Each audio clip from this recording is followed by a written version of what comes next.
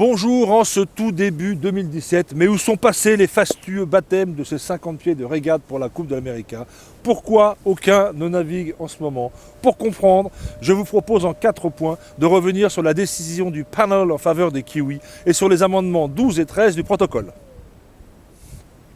Le premier point est qu'ACUA, les Américains donc, dans l'impossibilité d'organiser les qualifiers à Auckland, se sont vus contraints par l'Arbitration Panel d'indemniser les Kiwis, d'après les bruits de ponton, à hauteur de 25 millions de dollars.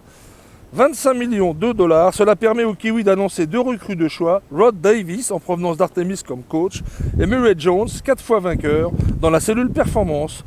Au plaisir de pouvoir déjà financer sa prochaine campagne avec le reste de ses millions, Grant Dalton doit pouvoir, non sans ironie, apprécier que cette manne vienne du Defender qu'il veut battre. Le deuxième point est qu'étant les seuls à devoir aller d'Auckland aux Bermudes avec leurs 50 pieds de régate, les Kiwis ont obtenu, grâce à l'amendement numéro 13, qu'aucune autre équipe ne puisse naviguer avec son 50 pieds de régate pendant ce temps de transport. Oula, c'est du chinois? Mais non, c'est très simple. Regardons le planning. Nous savons que la 35e se court aux Bermudes sur des 50 pieds à 6 navigants. Nous savons que la finale aura lieu du 17 au 27 juin, au meilleur des 7 manches, et que si l'un des deux finalistes a remporté les qualifiers, alors l'autre commence avec -1 point. Nous savons que les playoffs se courent en demi et finale au meilleur des 5 manches, et que les qualifiers se courent en 2 round robin avec les 6 équipes. Dans l'ordre, les Anglais déjà à 2 points, Oracle à 1 point, Kiwi, Suédois, Japonais et Français 0 points.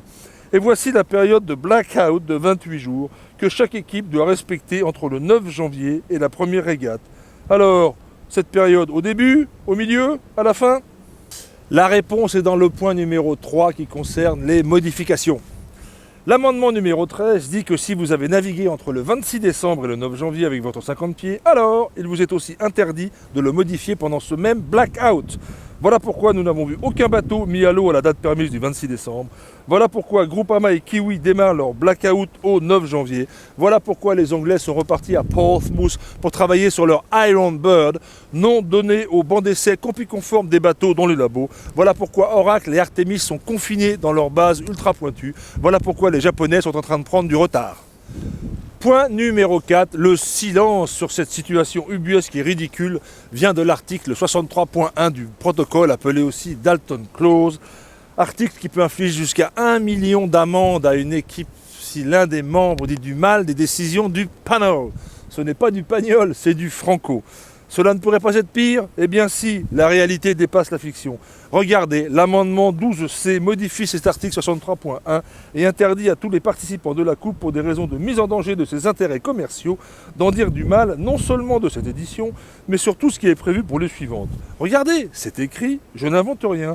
C'est de l'égarement majuscule, c'est plus fort que du Fidel Castro.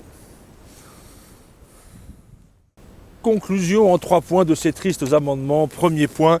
Nous ne verrons naviguer des 50 pieds de régate qu'après la fin du blackout, vers le 6 février, et vivement les régates du mois de mai sur ces beaux bateaux. Deuxième point, les Néo-Z, en freinant les autres équipes, en s'étoffant en expérience et en planifiant d'arriver tard aux Bermudes, rattrapent les Anglais et se positionnent en challenger très solide.